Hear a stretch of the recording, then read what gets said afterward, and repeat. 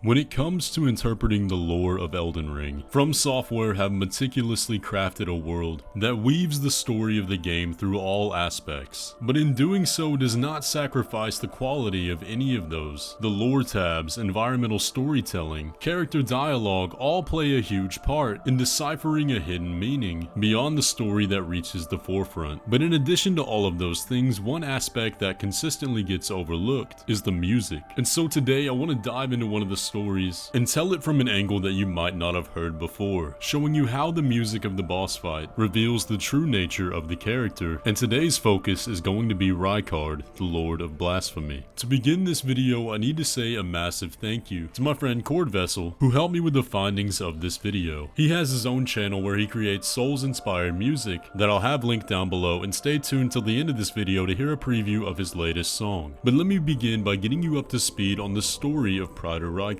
Before the events of the Shattering War, the hero known as Radagon ended the war between the House of the Erdtree and the House of the Moon by becoming married to Queen Renala of the Carian royal family. The two would go on to have 3 children together, but in a mysterious fashion Radagon would leave Queen Renala, plunging the House of Caria into chaos. But when the shattering happened and the land was thrust into a war, the 3 children would each take different paths in their futures. The daughter, Ranni the Witch, would forego her Empyrean status to devote herself to her mother. Radahn, the strongest of all the demigod children, chose to leave the foundations of his Carian roots and live a life of strength in a similar fashion to the first Elden Lord, King Godfrey, who he admired above all else. But it was the son Rykard who would go down the worst path of all, forsaking all influences on his life to undertake a ruthless campaign of strength, one that had no reservations and would ultimately follow the logic of the sword, power through conquest. But it was the sickening fascination with power that would lead many others to his side. Numerous knights would make up his ranks, and the vile recusants would do the dirty work that he saw fit, and a dancer from a foreign land, Tanith, would become his consort, heeding his every call no matter how malicious. But Rykard's fate would take an even darker turn, when his conquest would lead him to the spiky peaks of Mount Gelmir, where within the rocks lay a horrible secret. And it's here that we begin our dive into the soundtrack, at the discovery of the great serpent that lay within the mountain, one whose only purpose and desire was to devour.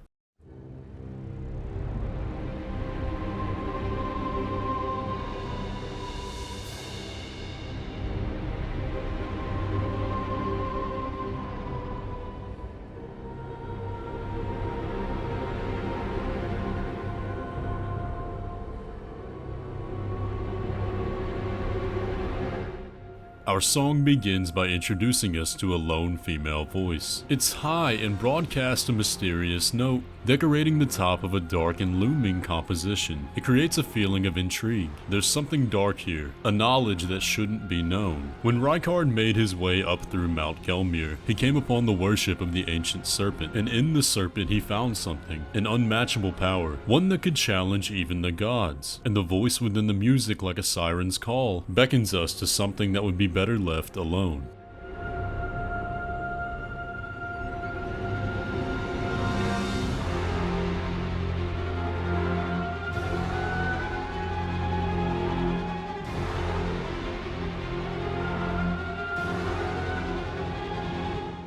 A screaming tension is now added to the voice. The strings are fluttering, going up and down like a heartbeat, and it creates a deep sense of nervousness. Rykard knows that the serpent is a power that should not be meddled with, yet the voice continues among the strings. He knows that communing with the serpent is blasphemy, but he can't deny its lure. Yet on top of the tensions, the strings also create a sense of anticipation. Perhaps the serpent has laid dormant for a long time, and with Rykard's arrival, the serpent now smells a proper candidate to be devoured.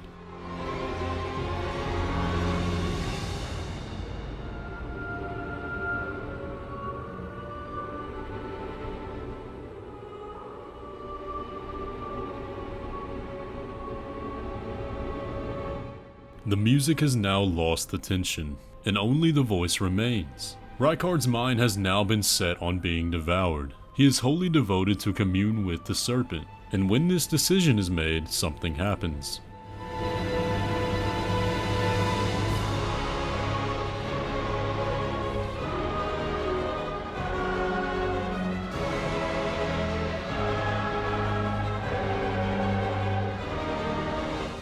It is said that when Rykard chose to give himself to the serpent, the future was shown to him. As the teeth punctured his skin, he knew the monster he would become. He knew the lives he would take, and he knew that after this decision, everyone would abandon him. And the shrill chaos of the strings show this future to us as well. Every note a brief preview of the death that would come. But according to the logic of the sword, with consumption comes power, and there was nothing Rykard wanted more than power.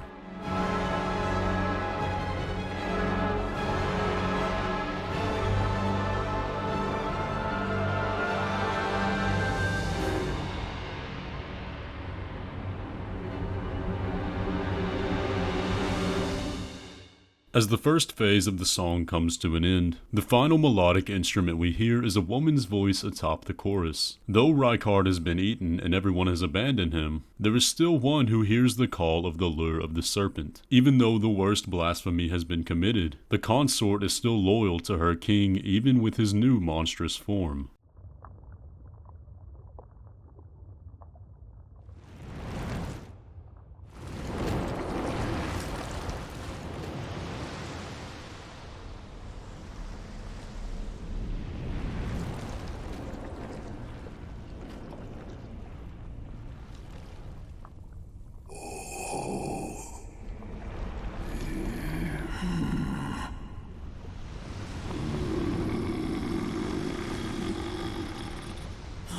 Very well.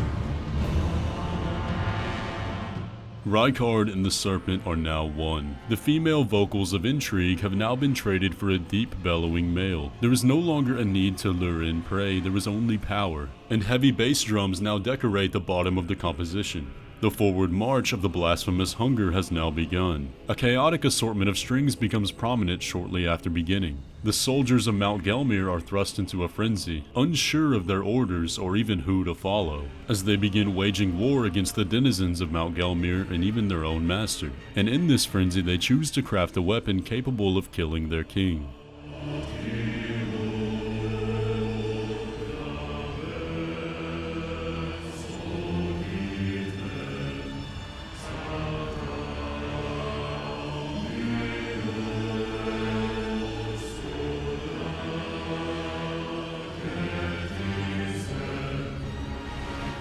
As the song becomes more melodic, two male voices dominate the composition. The serpent was unable to fully consume Rykard, but instead now shares equal being with the demigod. The voices complement each other even though they don't share the same notes. This is extremely emblematic of the two wills. Now that Rykard and the serpent must work together, it's extremely fortunate for the serpent that Rykard is just as mad as it.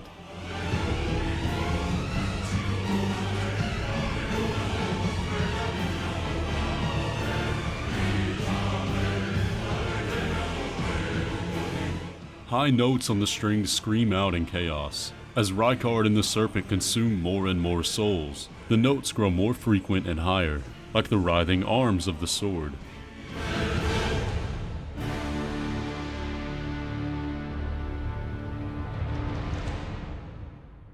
In the end, it was the weapon crafted by his own soldiers that would bring about his downfall. However, in the end, the instruments representing the March of Death are the ones that remain. After all, a serpent never dies, and there is one who still stays by his side hoping to carry on his will in the very end.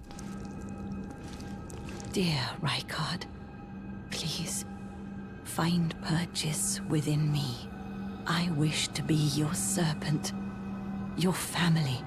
One day, let us devour the gods together.